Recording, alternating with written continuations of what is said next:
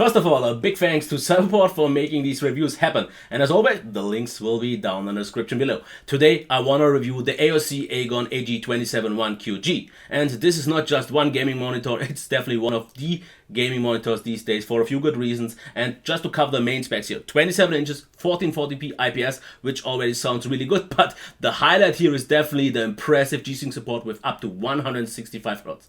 For gaming, truly impressive. But before I'm actually going to talk about that gaming experience, I want to cover the ergonomics first, then talk about the display's qualities, and then cover the gaming experience to end this video. So, ergonomics first. The reason why I have it up so high is to show the height adjustment of 130mm. As you can see, this is way more than enough. Same as the tilt towards the back. Towards the front it's not all that much, but seems to be a common angle and is still good enough. But therefore you get cool features like swivel, which is something you don't always get these days anymore. And we even have a pivot option, which is really impressive, so we are fully covered here. In terms of ports, on the right side we have DisplayPort and HDMI along with a microphone jack. Maybe it doesn't sound all that much, but you will pretty much use DisplayPort only since you want to take advantage of all those high refresh rates. On the left side we have two USB ports along with the port that connected to the PC, and on the actual left side we get two USB ports more. One is actually for charging your phone as well, and two more headphone jacks and for the microphone as well.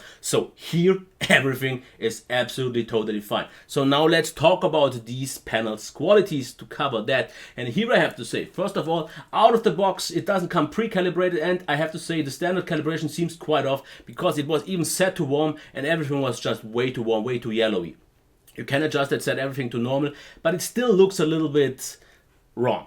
But I don't really see this as an issue because it's not meant to be really color accurate, and if you want that, if you have a colorimeter, you can just adjust it, and I don't see this as a problem because after all the qualities are here. If you talk about the white out of the box, as I said, it was too warm, you can adjust it, doesn't seem to be a problem for me. And the colors here are definitely great because they are very vibrant, very saturated, really nicely balanced, and once calibrated, definitely on point. Now the one thing that I have to mention here is the one big weakness here that could be a deal breaker for a few people, that is the backlight bleed, because I have it in three corners, on both on the right and the lower one on the left. Quite noticeable, and it's not IPS glow, because the IPS glow on this device is actually fairly fine, absolutely okay, but the backlight bleed is even yellow in this case, something I don't really get why that is, because usually it's white. I haven't seen it in a yellow way.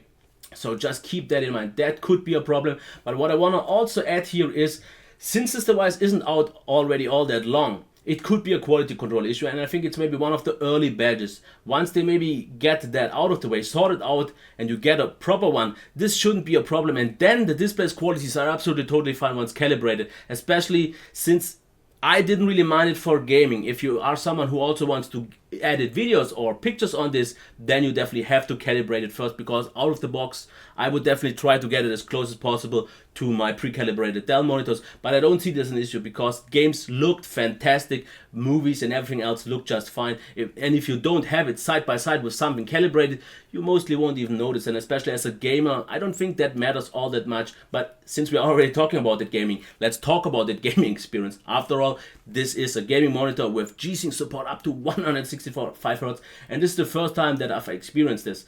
Luckily enough, I had the Dell Alienware Aurora R5 here with a GTX 1080 here and an i7 6700K, so I could take full advantage of this panel, could get those refresh rates. And what I want to say about the gaming, if you are playing, as you can see here, racing games, I think everything above 80 Hertz or frames per second doesn't really benefit all that much. So if you are playing mostly racing games, I don't think this panel is really necessary, because I didn't really notice the difference. 60 to 80 is notable still, but once we are talking about ego shooters, as we have seen before, there it's definitely noticeable. I still personally don't see too much of a difference between something like 120, 144 and 165, but once you have passed 80 or even 100, you will definitely see a big difference, and especially with G-Sync, everything seems crazy smooth, and that is where you are definitely covered fully here. So if you are someone who wants the highest possible refresh rates, you will definitely also need a beefed up PC, but I'm pretty sure you will have that. And then I have to say the game experience is top notch whatever you play.